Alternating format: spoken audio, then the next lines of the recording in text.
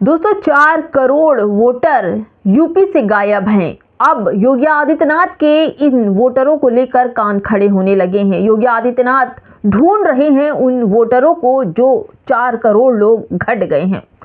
पूरी खबर बताऊंगी दोस्तों कि आखिर योगी आदित्यनाथ की टेंशनें क्यों बढ़ने लगी हैं, क्योंकि अब चुनाव आने वाला है और योगी आदित्यनाथ के जो कोर वोटर थे वही घट गए हैं। एसआईआर योगी आदित्यनाथ के लिए सफल हुआ या विफल हुआ, दोनों खबर आपको बताऊंगी। लेकिन इन दिनों एसआईआर के बाद जो नतीजे सामने आए हैं वो योगी आदित्यनाथ की टेंशन बढ़ाने वाले हैं, क्योंकि 4 करोड़ मतदाता सूची से गायब हो गए हैं।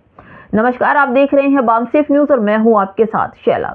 चुनाव आयोग ने एसआईआर करवाया 12 राज्यों में और तमाम राज्यों में जो सर्टिफिकेट्स वगैरह मांगे गए सब कुछ मिले और इस तरह से 15 करोड़ 44 लाख लोग उत्तर प्रदेश में थे यूपी के अंदर, और जो घटकर अब सिर्फ 12 करोड़ हो गए हैं। 12 करोड़।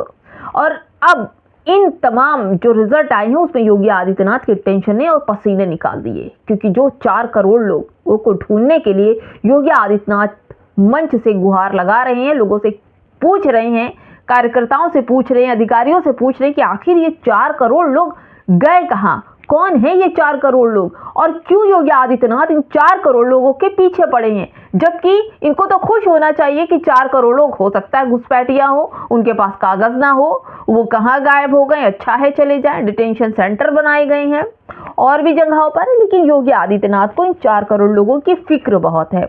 और इस फिक्र के चलते योगी आदित्यनाथ ने एक सभा में पूरी तरह से ये कह दिया कि ढूंढो भैया, जो 25 करोड़ की आबादी थी 16 करोड़ वोटर होने चाहिए और अब तक 12 करोड़ लोगों से ही एसआईआर के फॉर्म भरे गए, जिसका मतलब है कि 4 करोड़ का पता ही नहीं चल रहा। यूपी बीजेपी के नए अध्यक्ष पंकज चौधरी ने समारोह का स्वागत भी किया था, जिस समारोह में योगी आदित्यनाथ इस पूरी खबर को बता रहे थे और पूछ रहे थे कि भैया हमारे 4 करोड़ वोटर कहाँ चले गए।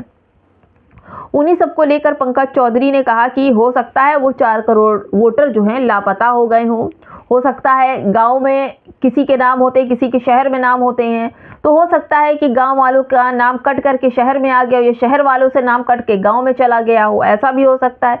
लेकिन सीएम योगी एकदम पसीने पसीने और उनके फेस के एक्सप्रेशन से ऐसा लग रहा था कि उनकी दैया डूबने वाली, क्योंकि वैसे भी मोदी सरकार और योगी में बिल्कुल नहीं बनती और योगी नहीं चाहते कि नरेंद्र मोदी की जो उनके काम की सरकार है वो उत्तर प्रदेश में हो और मोदी ये नहीं चाहते कि योगी उत्तर प्रदेश में रहे। तो दोनों में ही ठनी पड़ी रहती है दोस्तों।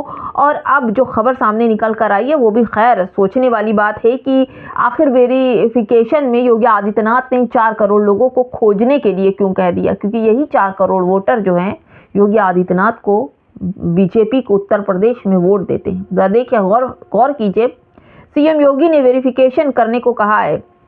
सीएम योगी ने आज बीजेपी के नेताओं से कहा कि वो घर घर जाएं, वोटरों का वेरिफिकेशन करें, जो नाम वोटर लिस्ट से कट सकते हैं उन्हें खोजें, क्योंकि जिन 4 करोड़ मतदाताओं का पता नहीं चल पा रहा है उन्हें 85 से 90% लोग बीजेपी के वोटर हैं। वैसे 4 करोड़ वोटर्स का गायब होना वाकई चिंता की बात है, ये नंबर बहुत बड़ा है।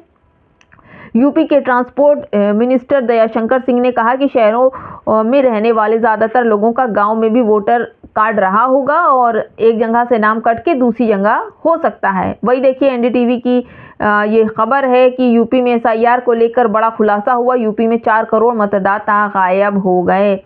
दोस्तों, अब मैं आपको बताऊं कि किस तरह से मतदाता गायब हो गए और यही खोजने के लिए ही योगी आदित्यनाथ ने इतना बड़ा वेरिफिकेशन किया, मंच से बोले कि हमारे मतदाताओं को ढूंढ कर लाओ, क्योंकि यही लोग जो हैं वो जो एसआईआर है, एसआईआर की प्रक्रिया में 4 करोड़ लोगों के नाम कट गए। खैर छोड़िए दोस्तों, एक और खबर देखिए।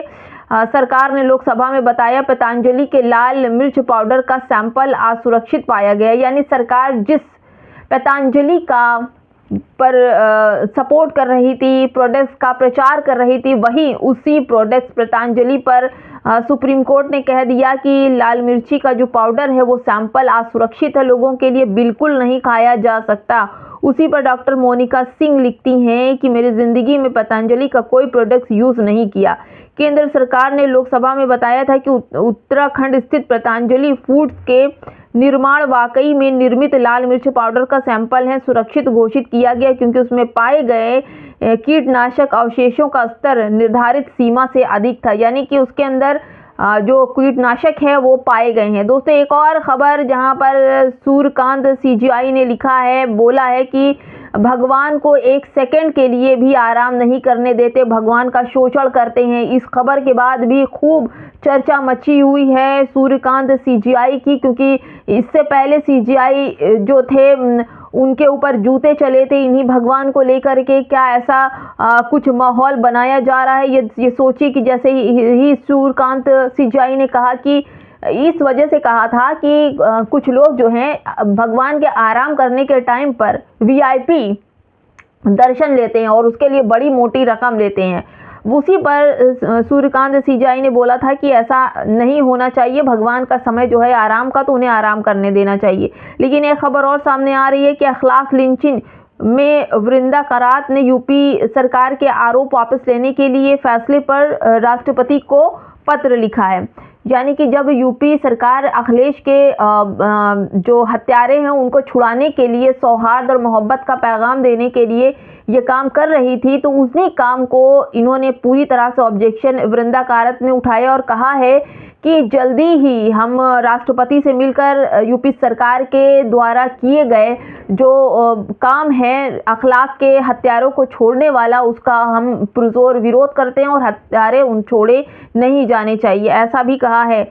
एसआईआर के टाइम पर अगर आप देखें तो बिहार में एक बड़ी चर्चा चल रही है कि बिहार में जिन 10,000 रुपए जिन महिलाओं के खाते में गए थे, अब उन महिलाओं के खाते से पैसे वापस लाने के लिए उनको नोटिस दिया गया है और ये पैसे वापस लाएंगे। लेकिन अब महिलाओं ने इसका पूरा विरोध किया और कहा है कि पैसे हम वापस कर देंगे, लेकिन जो वोट हमने नीतीश कुमार को दिए हैं, भाजपा को दिए हैं, वो वोट भी वापस होने चाहिए, उसके बाद हम पैसे वापस कर देंगे। फिलहाल दोस्तों, इस वीडियो में इतना ही। क्या कहेंगे आप कि किस तरह से क्या एसआईआर पर योगी आदित्यनाथ की टेंशन बढ़ेगी या फिर नीतीश कुमार ने जो 10,000 का नोटिस महिलाओं को दिया है, क्या उनको भी वोट वापस करना पड़ेगा? कमेंट बॉक्स में जरूर बताइएगा।